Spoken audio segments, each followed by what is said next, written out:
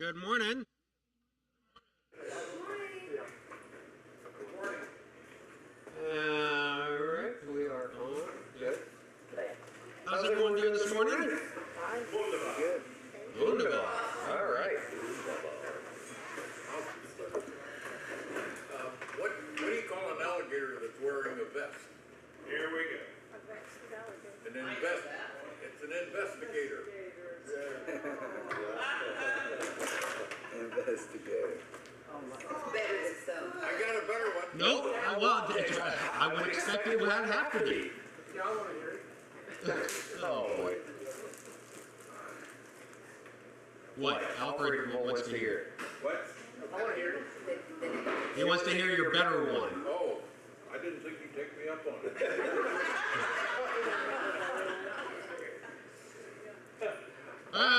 Today is my eldest's birthday. 26 today. How old? 26. Oh, that's old. That's cool. It's a baby. All right. Anyone else have anything to share? What, you had a youngin at 25? What's that? You had a youngin at 25? Yep. Yep. Right on target. Yeah, I was just a couple days before my 30th. Yeah. Okay. All right, let's go ahead and start. Lord, we thank you for the day. We thank you, Lord, for some beautiful weather. We thank you, Lord, for the ability to be able to gather together. Lord, we know that in so many places in the world that is not a given. To be able to be in your word, which we have in abundance. Lord, help us not to take it for granted, but to take what you say and gladly hear, learn it, and apply it. In Christ's name. Any questions from last week? Remember we talked about levirate marriage and some other things? First part of today should generate some interesting discussion. Any of you who have read ahead, I think you'll notice that, or are reading right now. Verses 11 and 12 here. We are in chapter 25.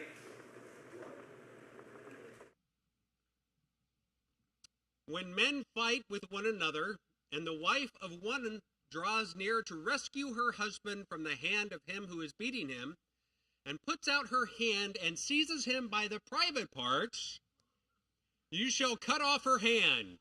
Your eyes shall have no pity. Isn't that interesting?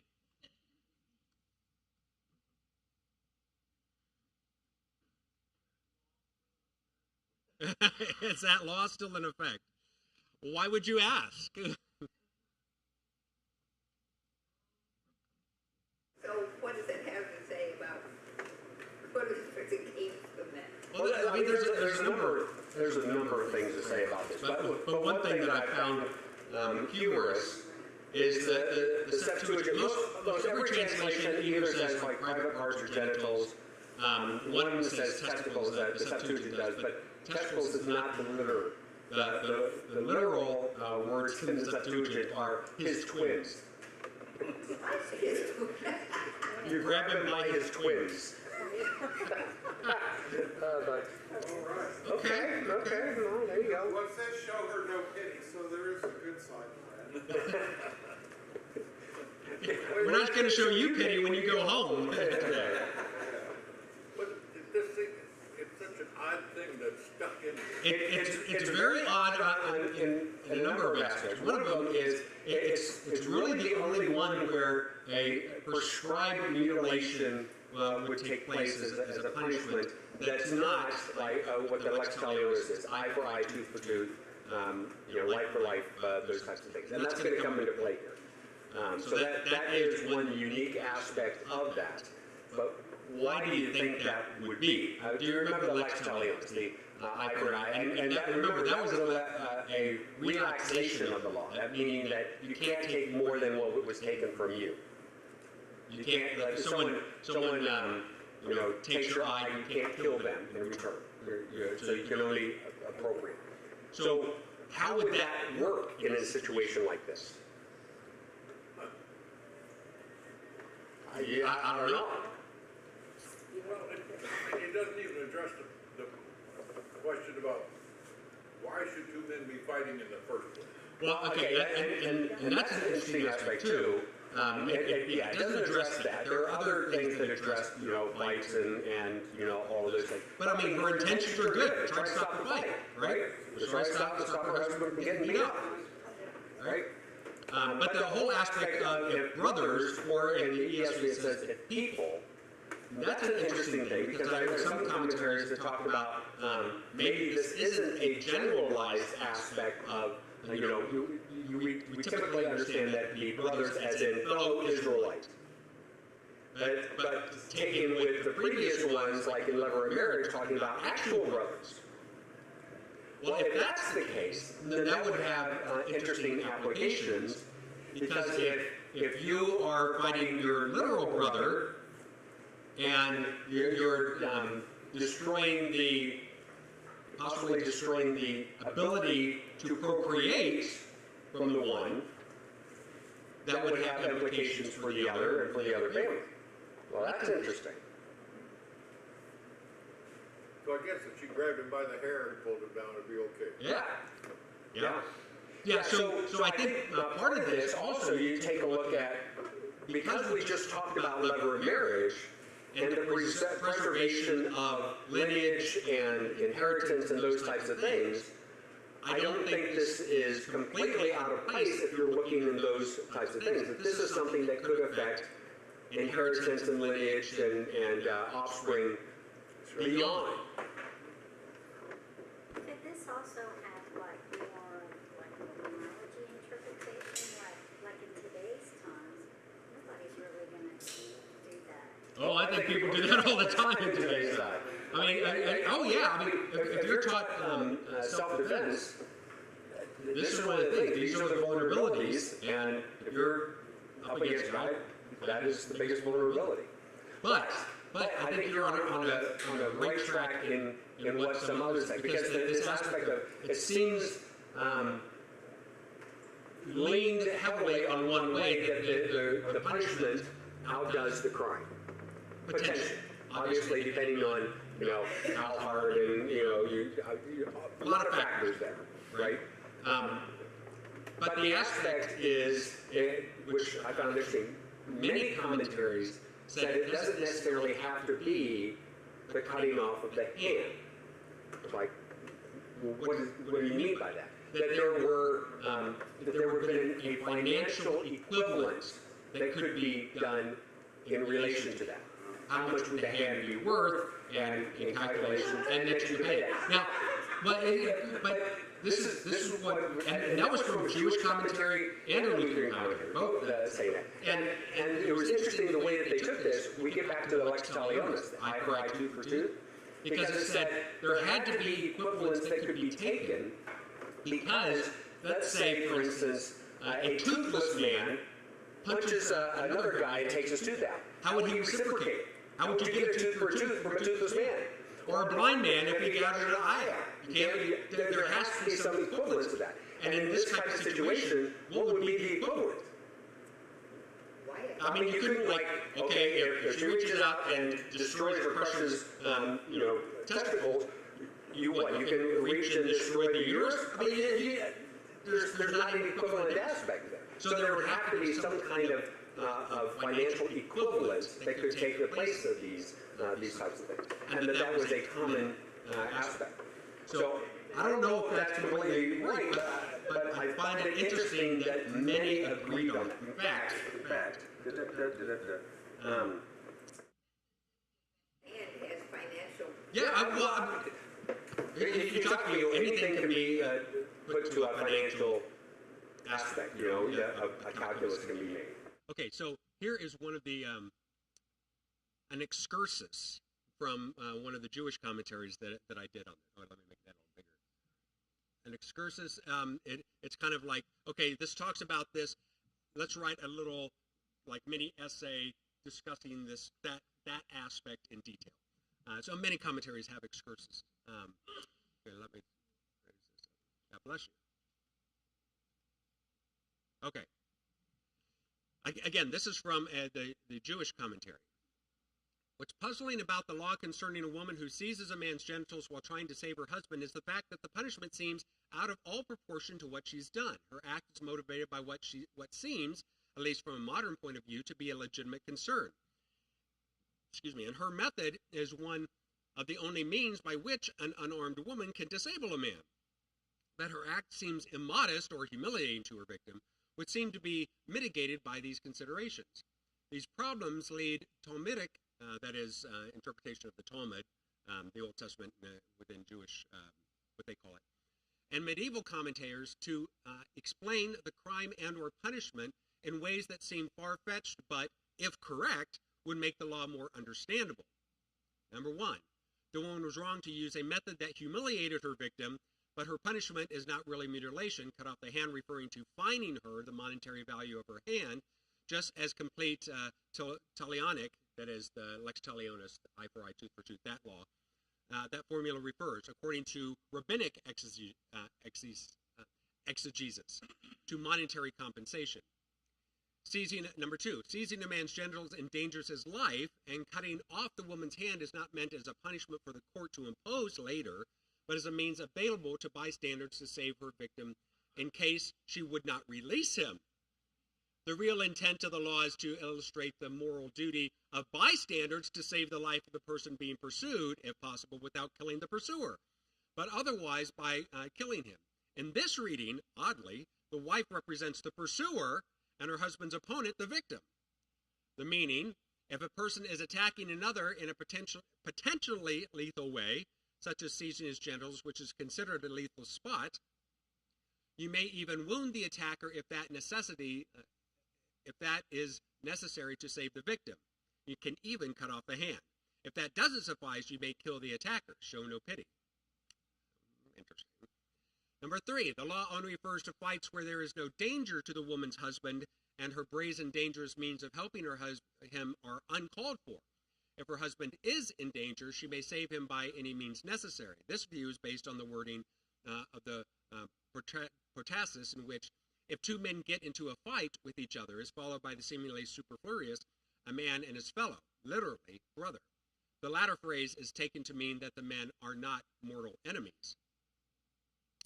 These explanations all imply a presumption that the woman seizing her victim's genitals in order to save her husband was not, in and of itself, a crime worthy of mutilation, and the law would not have treated it so if that were all that was involved. These explanations hardly express the original intent of the law. They illustrate, however, the puzzlement about the law is not solely the result of a modern outlook. These issues explained,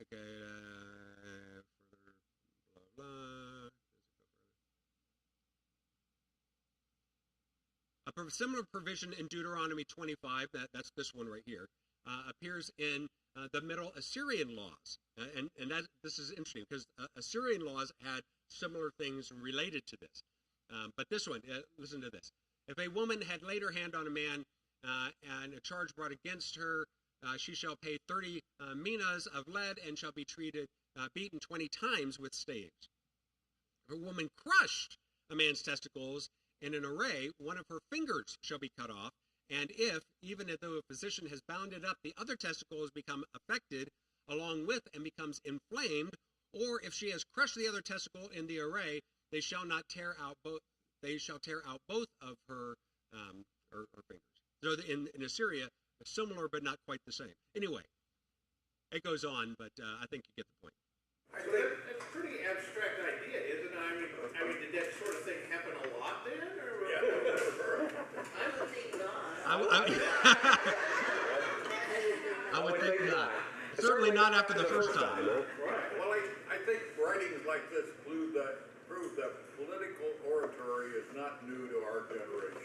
That's a bunch of mismatch. No. Okay. This coming from a Jewish commentary, obviously it is a relatively modern Jewish interpretation, but they do take into account historic interpretations from the Babylonian Talmud, from the Jerusalem Talmud, which are huge works going back to rabbis from generations. So he's not pulling this out of thin air, is what I'm saying. There seems to be But some of those arguments, some of those things, just like, that's really pulling at straws. It seems to be. Yeah. Okay, so it seems like this is like, you don't bring a gun to a knife fight. Yeah. So if she really believed that her husband, maybe he was a very small man and the guy that was beating him up was huge and his life was in danger, they said that she'd be okay, but she'd be free, But yeah, and would you be willing to take that chance? right, like is she gonna stand by and just wait Right. and see? Or- Yeah. So that's a tricky thing. It's a tricky thing. Because where did they come up with that? I mean, Where did who come up with what? well, I mean, if two guys are fighting, oh, I know, I'll grab my husband by the genitals. And that- Oh, I think that's been around since the dawn of time. Really? Oh yeah. I mean, come on. You know from an early age that is a vulnerability of men. Yes. I don't think that's been a secret for eons. I know, but to choose that to break up a fight. Oh, come on. I think it's one of the first things people learn. If you're in a fight, you know, an easy out. If you're losing, that's your solution. What if you use your feet? What's that? What if you just keep them there? Yeah, that's a good point. Yeah, would this apply? I mean, that's because you could have the same effect, but so it does. That's interesting because it does give the aspect of this. If the grabbing seems to be a continual thing, as opposed to something quick to try to disarm the situation. I don't know. We're not told that specific scenario. Or are you just supposed to stand by and just let them get beat up and just say, okay, you're fine? Yeah, I don't know. I think part of this, because I think it's on one aspect of, you know, are you doing something quick to disarm, or are you doing something that there's going to try to have lasting offspring implications? Those are two very different things. One you're talking a generational thing, family and possible inheritance and all other things involved. That's a little bit easier to understand why there might be some severity involved. But if you're trying to just, you know, get this guy off your husband, you know, this seems way extreme. And who is the one who would be cutting off her hand? The husband or the? Yeah, it doesn't give that aspect, but in many cases, usually it was the wrong party that would execute some judgment. Well, I think maybe it was just a scare, and just to say this. I mean, it reads as more than a scare, though. Well, I mean, you could lose a hand, but we're willing to take some money in lieu of your hand. Yeah, and that's an interesting interpretation that goes back, because it is some of the similar wording that you see in. In fact, let's I think I brought that up too. Oh no, that's different. That's coming up later. The lex talionis. You know, if someone does this, but there is no serious injury, then you should do eye for eye, tooth for tooth. The way that this is worded is very similar to the way that is worded. And in the same one, in the lex talionis, it says, "Your eye shall not pity." It's very similar and connecting to that. Well, if guys knew this, you think there would be a lot less fighting. Or at least if you're going to go into a fight, you know, you get a cut. I mean, Yeah. you take precautions, I would think. Yes. Yes. Don't let him take the other guy, don't let him take his wife with him. Yeah, make sure the wife stays at home. Yeah. But it's interesting that they're only talking about the wife only. And Yeah. so it's almost as though it's a pride thing Yeah, I think you're right. Yeah. versus something else, because they're really just only targeting the wife. What if someone else did, Which- it's not the case, but it's the wife. Right, and it also begs the question, why does she have to step in? If there are others around, why aren't they stepping in to stop this? Yeah.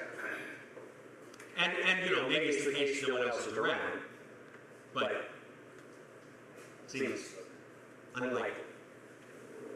But But yeah, then that's her weird. husband is rescued, but then where in the world is he when she gets her hand cut off? Why Yeah, isn't yeah. he? Exactly. Yeah. Oh, she Good question. just saved me, but now I'm gonna allow her hand to be cut off? Yeah, because if that was, I would think that that would have psychological effects on the husband if he didn't feel emasculated, if the other one didn't feel emasculated by this, he felt emasculated because he couldn't protect his wife and get her hand cut. So before you start a fight, you have to go, where's my wife? Yeah, right?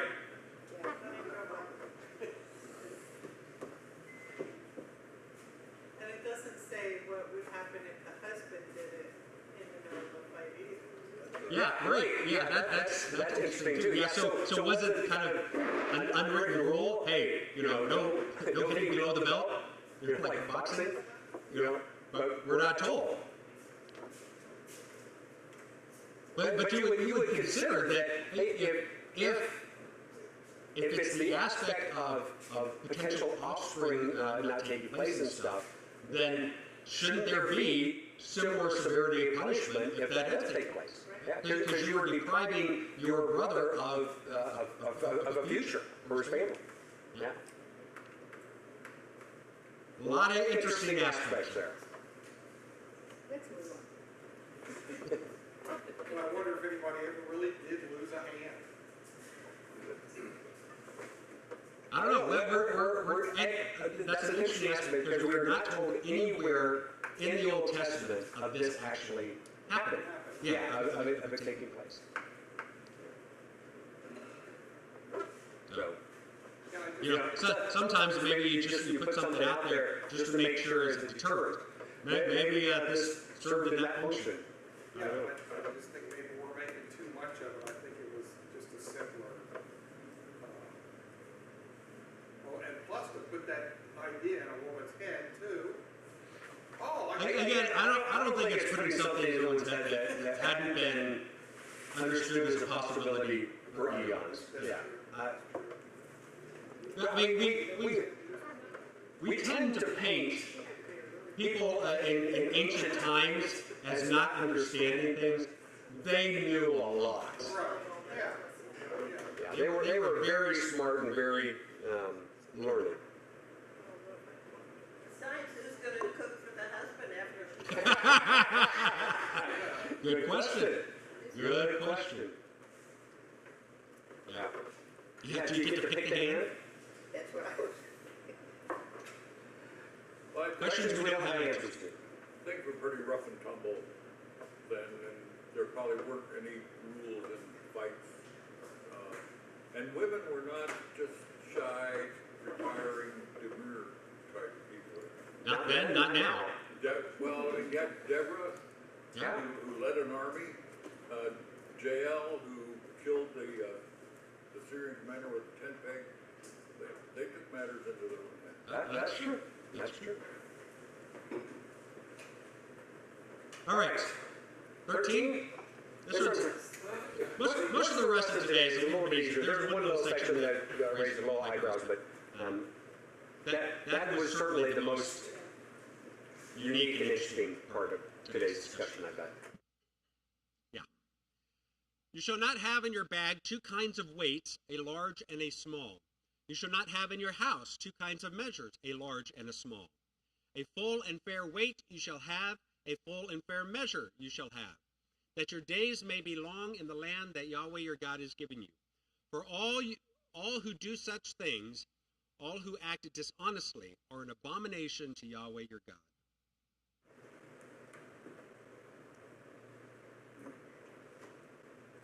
Scott, when they have, there's several places in the Bible that use abomination. Do you have Abomination, anathema, something that is completely at odds with and disgusts, if you will.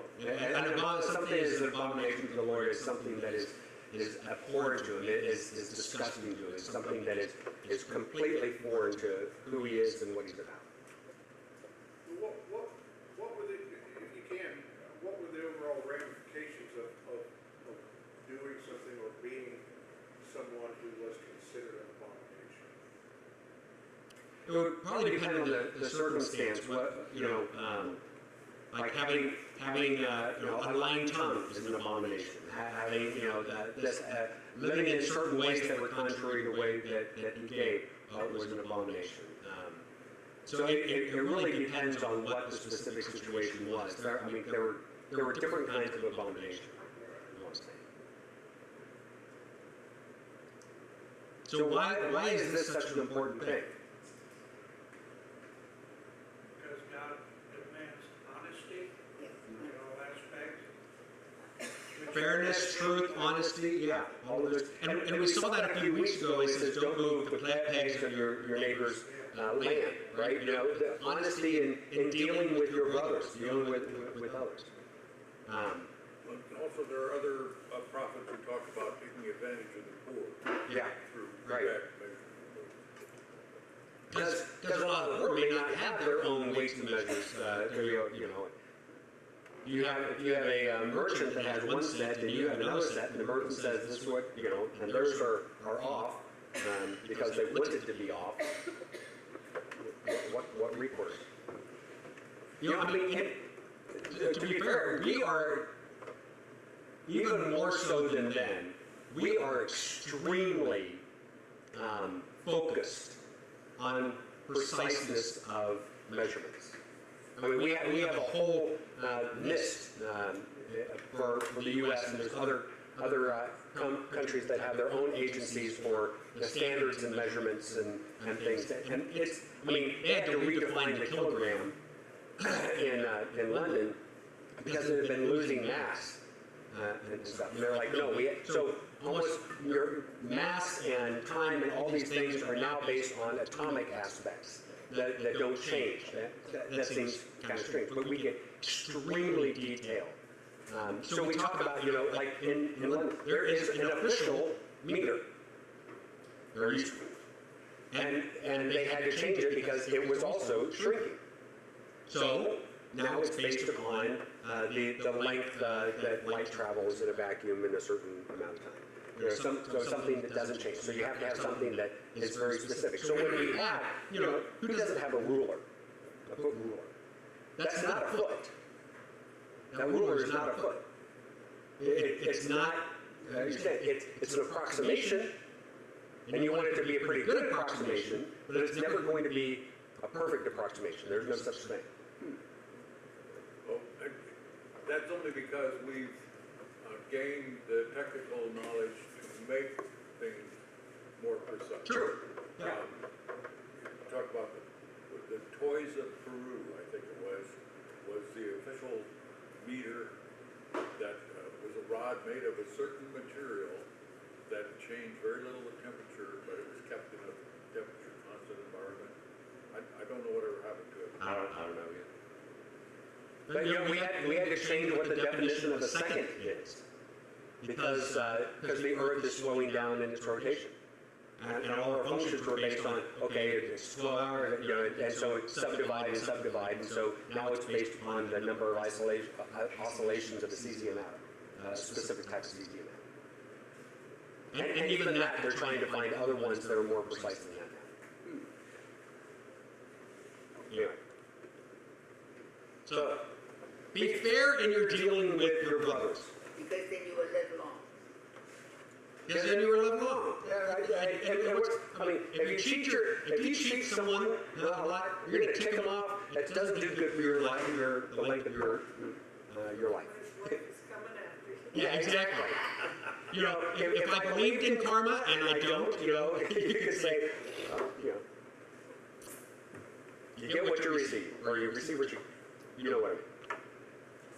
Well, I know the railroads always had a scale test bar that annually they would test the scales to make sure they were correct. Because some commodities were charged by a volume or a weight versus the product itself. Interesting.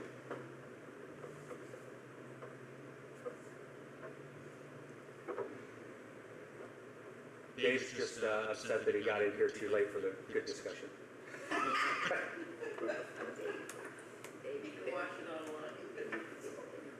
We were talking a little bit about some of this before class started.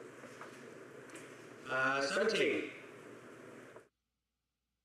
Remember what Amalek did to you on the way as you came out of Egypt, how he attacked you on the way when you were faint and weary and cut off your tail, those who were lagging behind you, and he did not fear God.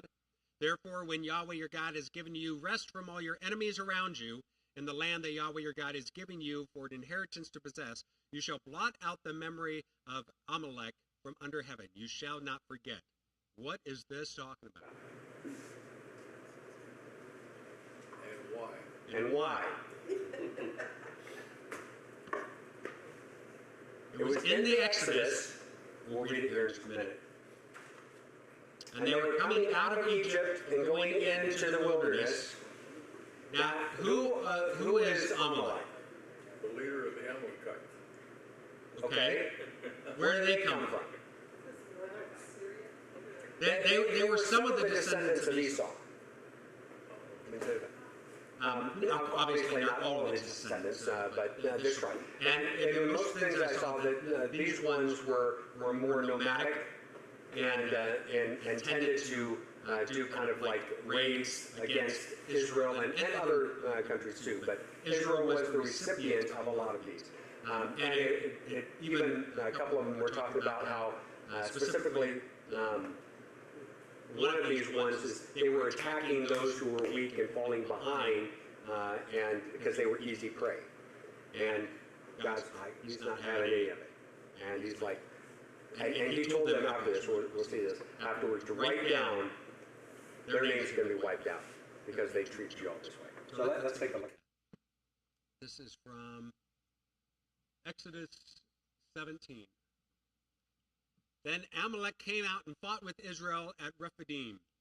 So Moses said to Joshua, choose for us men and go out and fight with Amalek. Tomorrow I will stand on top of the hill with the staff of God in my hand. Joshua did so as Moses told him and fought with Amalek, while Moses, Aaron, and Hur went up to the top of the mountain. Whenever Moses held up his hand, Israel prevailed. Whenever he lowered his hands, Amalek prevailed. Remember, the story. If you cannot preach like Peter, if you cannot, or sort of like David, you can't preach like Paul. You can hold the arms of Moses. Anyway, this is the one it's coming to. This is the reference. But Moses' hands grew weary, so they took a stone and put it under him, and he sat on it. Can you imagine just having to do that? Sat on it while Aaron and Hur held up his hands, one on one side and the other on the other side. So his hands were steady, going down the sun. Joshua overwhelmed Amalek and his people with the sword. Yahweh said to Moses, write this as a memorial in a book and recite it in the ears of Joshua, that I may utterly blot out the memory of Amalek under the heavens. Moses built an altar there, and he named and that didn't happen right away. So this is a repeat of that aspect. But we're told, like Saul fought them, David fought them. I mean, so they've been around for a while, even after they conquered the land. But wasn't this when the sun stood still? Was that this one? I don't think that's this one, but I'm not positive. All right. I'm not positive. So God remembers, and He wants them to remember that the Amalekites, they treated His people, His children, this way, and He's going to have nothing of it. Yeesh. You shall certainly not forget to do it. Okie dokie then. Anything else? They were descendants of Esau, you said? The ones I saw said that they were some of the descendants of Esau. Is that what's going on now? The hoodies or whatever? Well, certainly not them. They're not there anymore. But other descendants. The hate Israel and the hoodies. Yeah, the whole aspect of just Arabs in general and how they're related to Israel.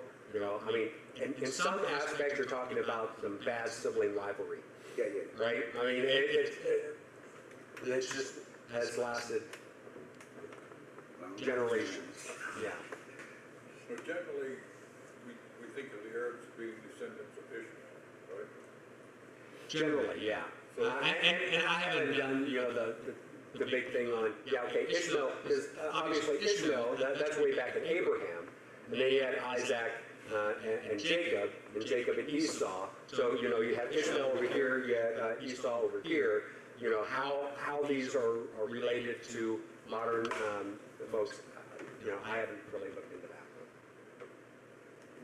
I just think blocking out the memory but still not forgetting is strange.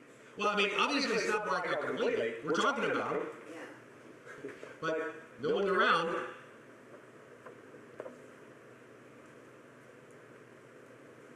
I think it's often like, it's easy to say, I forgive, but you don't forget bad things. Well, In this particular case, God didn't want them to forget. until they were worked out. Yeah, I mean, this is a pronouncement of judgment. I don't see any other way around that. And it's a very harsh judgment because of the way they treated his people, his children. So is that last sentence saying, "You shall not blot out the memory of Amalek from heaven. You shall not forget. You shall not forget to blot him out"? Right. Yeah. Don't forget to carry this out, this judgment out. Yeah. In Numbers 24, it says, Amalek was the first among nations, but its end is utter destruction. They're gone. There you have it.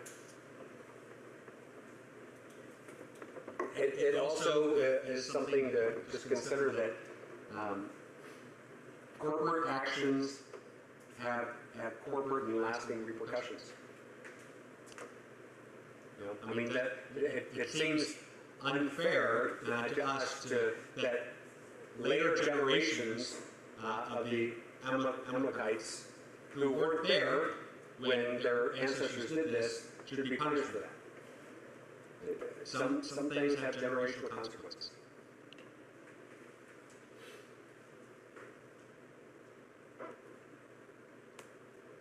All right, here's a big section that seems kind of okay.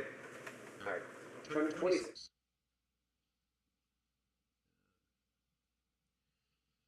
When you come into the land that Yahweh your God is giving you as an inheritance and have taken possession of it and live in it, you shall take some of the first of all the fruit of the ground which you harvest from the land that Yahweh your God is giving you. You shall put it in a basket. You shall go to the place that Yahweh your God will choose. Again, that's going to be the temple of Jerusalem and the main case. To make his name dwell there. You shall go to the priest who is in the office at the time and say to him, I declare today to Yahweh your God that I have come into the land that Yahweh swore to our fathers to give to us. Then the priest shall take the basket from your hand, set it down before the altar of Yahweh your God. And you shall make response before Yahweh your God. A wandering Aramean was my father. That is, talking about Abraham, really. And he went down into Egypt, and he sojourned there, generations then, a few in number, and there he became a great nation, great and mighty, populous. And the Egyptians treated us harshly and humiliated us and laid on us hard labor. We cried to Yahweh, the God of our fathers, and Yahweh heard our voice and saw our affliction, our toil, and our oppression. Yahweh brought us out of Egypt with a mighty hand and an outstretched arm. You see that wording again and again. Mighty hand, outstretched arm. With great deeds of terror, with signs and wonders. And he brought us into the place and gave us this land, a land flowing with milk and honey. Behold, now I bring the first of the fruit of the ground, which you, O Yahweh, have given me. You shall set it down before Yahweh your God and worship before Yahweh your God. You shall rejoice in all the good that Yahweh your God has given to you and to your house, you and the Levite and the sojourner who is among you. When you have finished paying all of the tithe of your produce in the third year, which is the year of tithing, give it to the Levite, the sojourner, the fatherless, the widow, so that they may eat within your towns and be filled. Then you shall say before Yahweh your God, I have removed the sacred portion out of my house, and moreover I have given it to the Levite, the sojourner, the fatherless, the widow, according to all your commandment that you have commanded me. I have not transgressed any of your commandments, nor have I forgotten them. I have not eaten of the tithe, while I was mourning, or removed any of it while I was unclean, or offered any of it to the dead. I have obeyed the voice of Yahweh my God. I have done according to all that you have commanded me. Look down from your holy habitation from heaven and bless your people Israel and the ground that you have given us, as you swore to our fathers, a land flowing with milk and honey. I'm going to keep going because, yeah. This day, Yahweh your God commands you to do these statutes and rules. Okay, we'll pause there. Yeah. Anything that you see on any of that? What is offering to the dead? Yeah, that seems to be a cultic practice among some of the other nations, and they're saying we didn't offer that which was to you to other gods or to other rites. That's the way that I see it.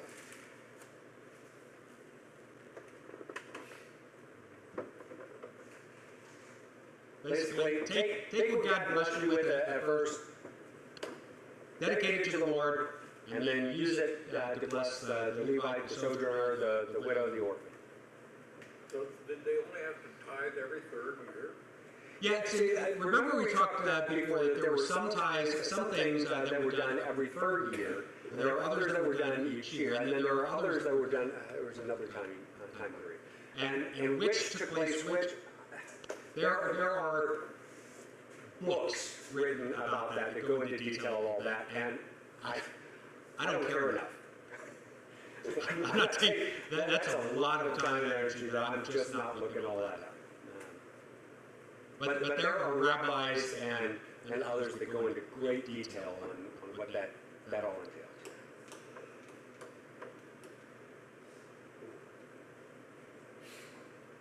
And if that third year happens to be a drought year, or... Well, I would suspect, because remember when this came up, it says do this in each of your cities. So the question then becomes, when does it start? Is it the same for each city, or are they staggered? That when that city is established, your clock starts now. I'm not sure. I'm sure that gets it. But I would suspect that it would be a staggered time situation, where there might be want in some, there'd probably be some abundance in others. But that's an educated guess on my part.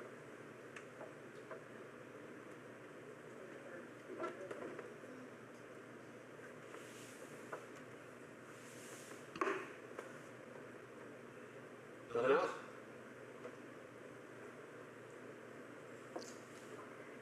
Okey doke. moving right along.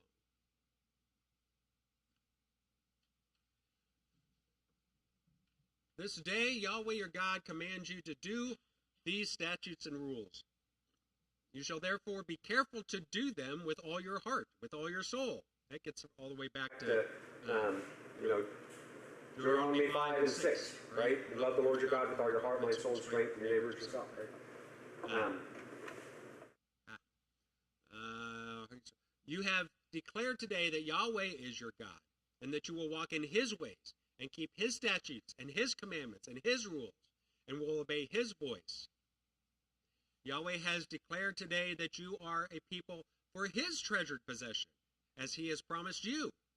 You are to keep all of his commandments, and that he will set you in praise and in fame and in honor high above all nations that he has made, that you shall be a people holy to Yahweh your God, as he has promised.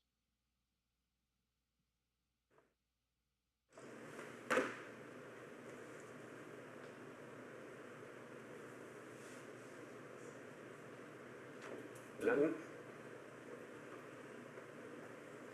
Well, I would say with all the problems that have gone on in that area, it doesn't seem like Israel was set high above all other nations. They did not. They were not faithful in fulfilling the intent that God had for them. Yeah.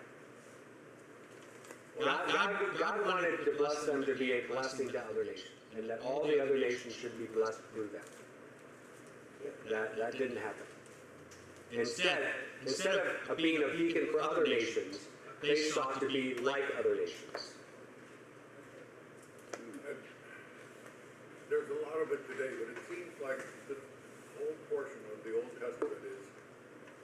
Israel is God's people, they're good. Everybody else is bad. Everybody. I wouldn't put it that way. Remember, even earlier in Deuteronomy, it says, God did not choose you because you were more numerous, or because He gave all these attributes. You're not a chosen people because of this. You're good because of my love for your forefathers, because of my faithfulness to this. It has more to do with God as God rather than Israel as a people. Israel brought nothing unique to the table other than Abraham was one that was seen as righteous by God. God made a promise with him that you had God making a covenant with Jacob. That these people, God said, I'm tying myself to you into this covenant, and because of that, I mean, even you saw this in different kings. Solomon was, by all accounts, even though he was wise, he was not great as a follower of God. But because of his love for his father David, God did not, throw him out right away. There were consequences later on. And you saw that in numerous situations, that God had mercy because of the forefathers, because of mercy there, yeah. Well, it strikes me what we don't know is, we know the story that we've been told about the faithfulness of Abraham and then of Isaac. What we don't know is, at that time, how many other people did God talk to and say, hey, go do this, and they didn't?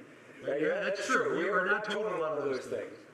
Because it doesn't matter, because that's not the route. Yeah, well, and interesting, because there are a couple of little clues that there was other stuff going on. For instance, earlier on, it says, hey, you shall not take any of this land because I have made a covenant with them that they are have this. What covenant? We're not told that, but God's not obliged to record all of his covenants here that he has for us. He can do. And he even had Melchizedek as a priest. Mm-hmm. Yeah, right. And even though he managed to mess up, Balaam still knew God and had worshipped him. Yeah, well, and you take a look at every righteous and faithful one that's listed in Scripture. That does not mean they were not without fault. Every one of them, it seems, had big faults. I know you're going to say, what about Joshua? I haven't looked at it deeply enough. But I mean, you look at Abraham, pawning off, saying that his wife is his sister, although it was partially true, half sister. And he does it twice. It's not even like he learned from his mistake on that. I mean, all of them had some big issues. David, a man after God's own heart, not just an adulterer, a murderer. I mean, so we take a look. God loves Israel and he hates everyone else, or Israel good, everyone else bad. That's not. I don't think that's accurate. Israel was not good either. God simply was merciful for these his chosen people.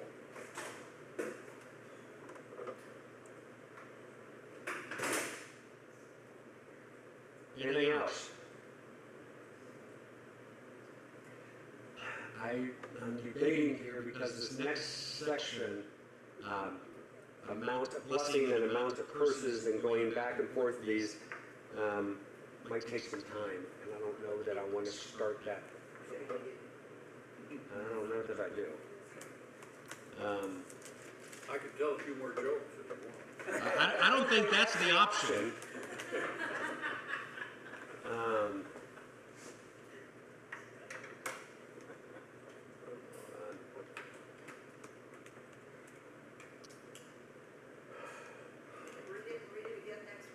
Well, I mean, yeah, because pretty much this section, it's all of chapter 27. It's not a hugely long chapter, but it all kind of does the same thing, and it's not particularly difficult, but it certainly is something where you raise your eyebrow and go, I don't really understand, and I get that, because there's part of it just like it seems a little odd.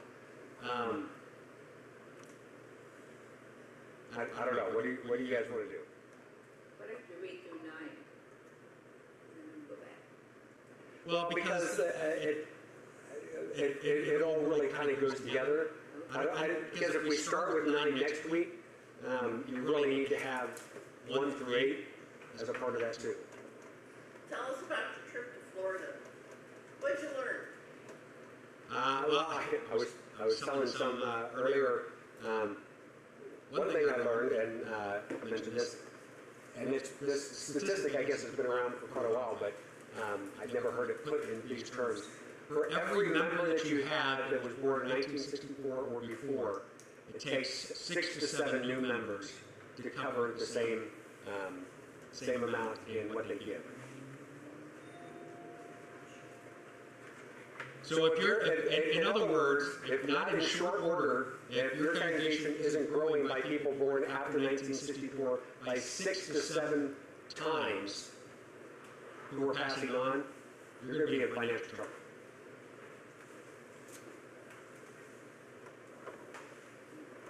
And I don't know if that specific statistic holds out for us, but I would suspect that we're not unique. I think we're blessed with more young people than many churches. But you're, okay, but here's the thing, and this is a challenge I think that LifeBridge is even more pronounced in, because our target per se is the unchurched, the de-churched, and the badly churched. People coming in may not have that same concept of stewardship and giving within their vocabulary or understanding. And so, where is their understanding of giving at all? And this is something I saw when I was on the board of Bethesda years ago. You know, older generations are usually much more faithful in their giving to, say, 2 or 3 organizations throughout their life.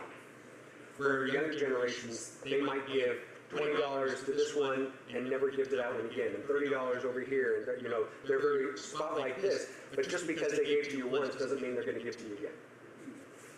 And so you have agencies that create all the more big marketing things to try to get those little dollars that are out there.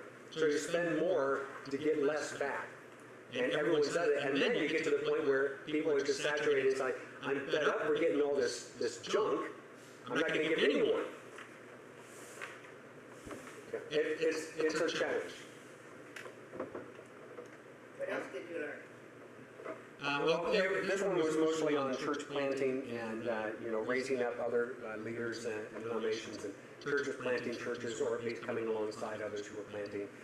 And this seems kind of counterintuitive, but church plants are much more effective, and this has been true for years now, are much more effective at reaching the unchurched than are traditional established congregations.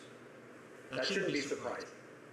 But what it means is, if you're trying to reach people who are unchurched, trying to help reorganize, shore up existing congregations will be less effective than starting a new one. And that has huge implications. You know, what does that mean? And what does it mean for a pastor shortage that already exists if you're starting other congregations? There's a lot of big challenges that are ahead. How many attendees were? Oh, it was.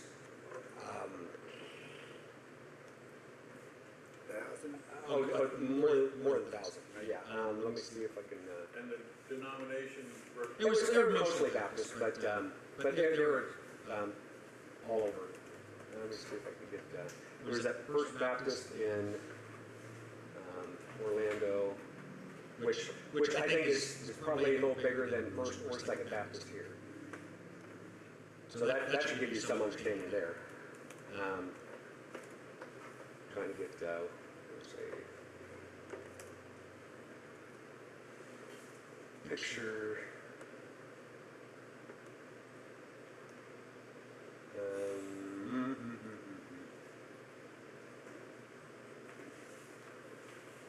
That's not the right one. Sorry, hold on.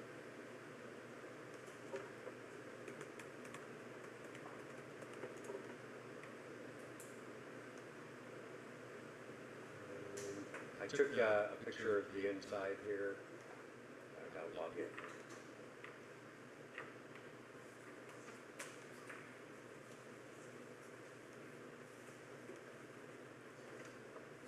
apart for separate workshops? Yeah, so they had, main speakers and stuff, and then they had different sessions that you could go to and things, so it kind of depended.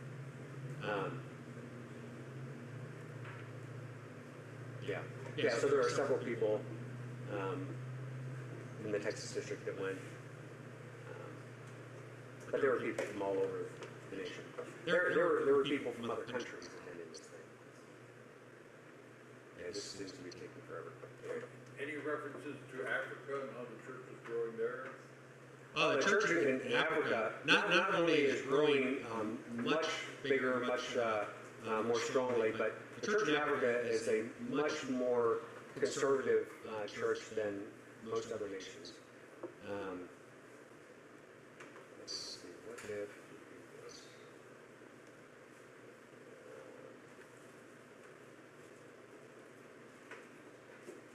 You keep hearing about all the wars over there, and I'm sure, this is part of the sanctuary.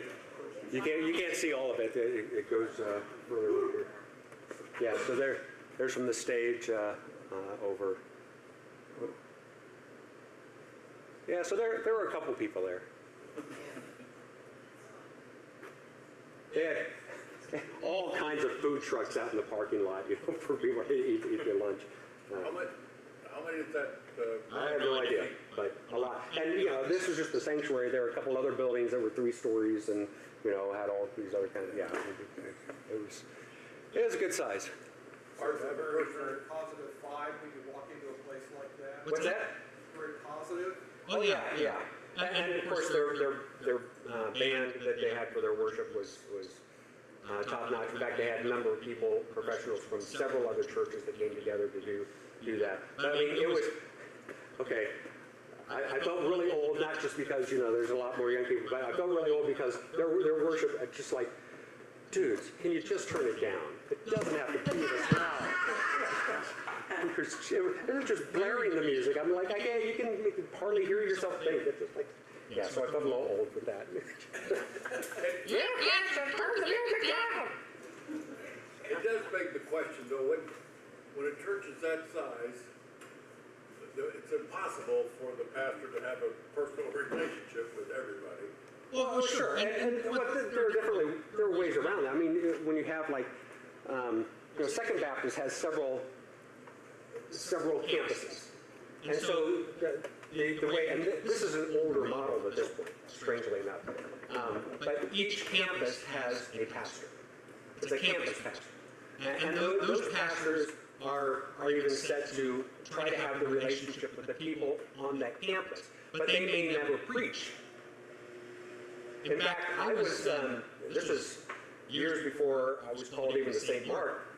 I was being interviewed for a satellite campus for Glory Today down in Nashville. They were looking at doing a satellite congregation. They ended up not doing that, but I was interviewing for that.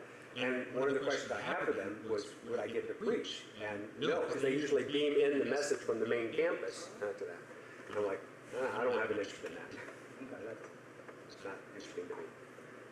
But even a place like, Second Baptist, their satellite is, I mean, even that, the campus pastor cannot be a pastor to all these people. So that's when you get small groups and your other things that try to get to the relationship. Yeah, that always bothered me, but then after attending Swindle's church up in Frisco, I think that's an effective ministry. It can be very effective. It can be very effective. The biggest aspect is how do you establish a relationship with them? And that can be done in a number of different ways, but that is one of the ways that has been more. Well, they had a very strong Bible study program. Yes. Yeah. From little kids on up to the adults. That model, we talked a little bit about this earlier. Oh man, we're past time. That model is also changing though, and has been for years. Even through the 80s and even 90s, churches being the center of programs. There's a programmatic approach that you had to have a women's ministry, a men's ministry, a singles ministry, a children's ministry. You had everything, every social function, you wanted to have give every single reason that someone should make the church the center of their social life. And that simply has not been the case for decades now. So what is And that is very, very common for boomers. Boomers were the chiefs of having a ministry for everything, a program, having a program for everything. Boomers were chiefs of that. Bowling alleys. Yeah, exactly. Make it the center for your entire life. So there would be no reason to go anywhere else except the church. So what And is, that simply is not the what case. is the new direction? Well, there's not any one that dictates all of it. If you're asking where's their hope, there is some minimal aspects where every Christian denomination, especially major denomination, have been in double-digit declines for decades. Double-digit declines for decades. And that is still on the horizon. That's not changing. The sliver of hope is that Gen Z shows more interest in coming back than previous generations. Not so much Gen Alpha yet, but we don't know much about them yet. But Gen Z is at least open to the concept. Whereas in previous ones to them, it was, okay, this is your truth, that doesn't make it my truth, that doesn't make it the truth. And there is no such thing as the truth, right? You know, how do you give Jesus as the way, the truth, and the life if there's no agreement that there's truth at all in What is Gen Z? It's not the youngest generation, it's the one right above that. So millennials and then Z and then Alpha. But I don't remember that. Anyway, we got to pull it out. Okay. Lord bless you and keep you. The Lord make his face shine on you and be gracious to you. The Lord look upon you with favor and give you his peace. God bless and have a good one.